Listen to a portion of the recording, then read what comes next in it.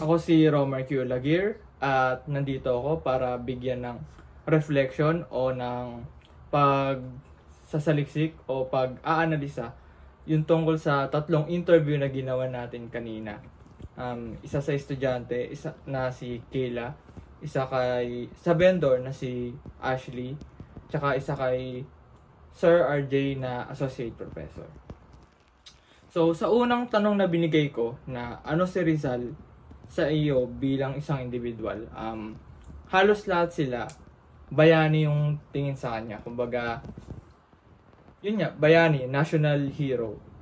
Aside doon, dagdag pa nga na author siya ng libro, na isa siyang manunulat. So, ayun, halos pare-pareho sila ng tingin patungkol kay Jose Rizal.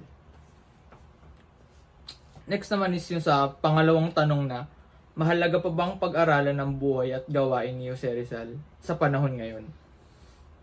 Dalawa sa kanila agree o dalawa sa kanila ang sang-ayon na pag-aralan yung buhay at mga gawa ni Rizal.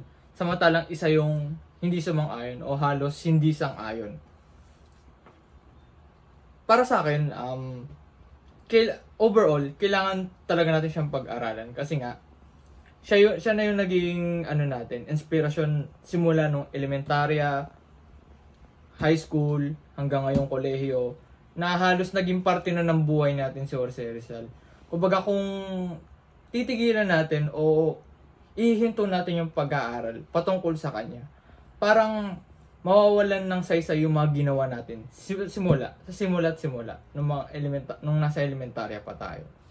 So base naman dun sa sagot nung hindi sumang-ayon, hindi mo rin maikakaila na para sa kanya, sa pananaw niya na sa mata niya, sa perspektibo niya na hindi siya sang-ayon dun sa sagot, sa ideya na pag-aralan pa yung gawa at mga gawain at mga buhay ni Rizal. Kasi nga, sa pananaw niya, hindi na ito kailangan. Kumbaga, irrelevant na siya sa panahon natin ngayon. Kumbaga, yun yung naging pananaw niya na ano magiging saysay nito sa atin bilang isang Pilipino, bilang isang manggagawa, bilang isang parte ng lipunan na ginagalawan natin. So, base dun sa sagot nila, kahit na may punto yung nagsabi na hindi siya sang-ayon, mas nanaig yung mga sumang-ayon na pag-aralan pa rin. Kasi nga, importante siya sa buhay natin dahil simula pa lang, naging parte na ng buhay natin yung buhay at mga gawa ni Jose Rizal. So, sa pangatlong tanong, sapat ba si Rizal bilang rason upang pagkaisa ng bansang Pilipinas?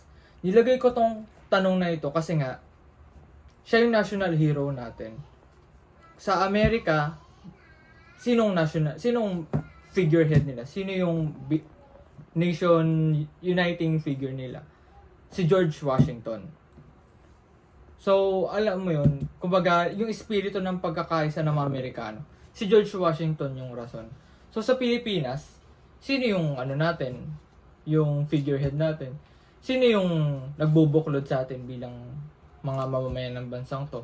Kumbaga, kailangan ko siyang itanong para makita kung kumbinsido ba yung mga in-interview ko na tama ba na si Rizal yung national hero natin? Bakit hindi si Andres Bonifacio? Bakit hindi si Emilio Aguinaldo? Si Emilio, siya ang unang presidente. Si Andres Bonifacio, siya ang supremo ng Katipunan. Bakit si Rizal? Bakit hindi yung dalawa? Kumbaga, yung tanong na yun, kinakailangan siya para malaman natin kung ang desisyon ng mga senador na nag-propose nung batas nga na RA 1425, kung tama ba na siya yung maging paano ko ba sabihin ito? Siya yung maging tagapagbuklod natin para pagkaisa yung bansang Pilipinas. Kasi sa panahon ngayon, tayo bilang mamamayan sa panahon ng contemporary, hindi natin maramdaman, aminado tayo sa mga sarili natin, hindi natin maramdaman yung pagka-Pilipino natin. Kumbaga, paano tayo magkakaisa kung hindi natin alam kung ano yung rason ng pagkakaisa natin? Pilipino tayo.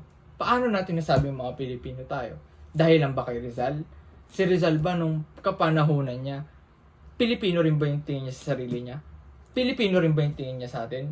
Hindi ba Indio o hindi ba alipin? Kumbaga yung mga tanong na yun, kailangan siya para malaman natin at maintindihan kung para saan ba itong ginagawa natin. So, ayun, yun yung overall na analysis ko patungkol dun sa mga interview ko. Maraming salamat sa inyong pakikinig.